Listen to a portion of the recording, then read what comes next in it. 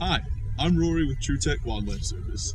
Oftentimes what will alert homeowners to the presence of bats in their attic space is the accumulation of bat droppings, aka bat guano, under potential entry points. This gable vent is a common area of entry as it leads directly into the attic space. In addition to the buildup of those bat guano underneath entry points, oftentimes you can hear vocalizations such as chirps or shuffling noises. However, audible noises aren't necessarily represented by bats in the attic. It's very important when inspecting the roofline for bat entry points that you're very thorough, as being so small, bats are notorious for fitting into the tiniest of little gaps. Also, it's very important to check with your state regulation, as in many states, and being federally protected species, there are specific dates that you cannot evict bats from structures.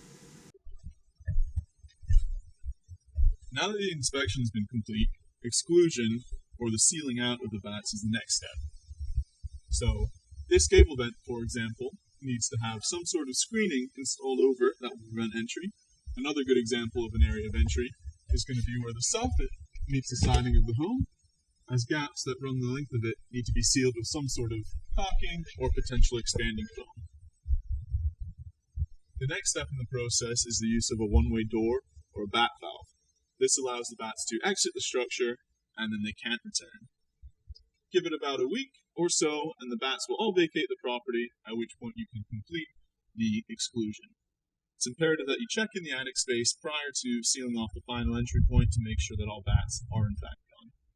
Another common area of entry for bats is through the chimney.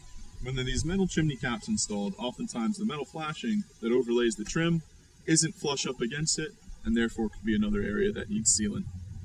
When bats and other wildlife gain access up into the attic space, they'll oftentimes leave behind droppings as well as contaminants. Bat guano can lead to all sorts of health hazards down the road, which means cleanup is essential. Guano cleanup is in the form of the removal of contaminated insulation as well as the disinfection of the attic space. It's imperative that when these cleanups are done, proper protective equipment is used, such as respirators, gloves, and protective suits.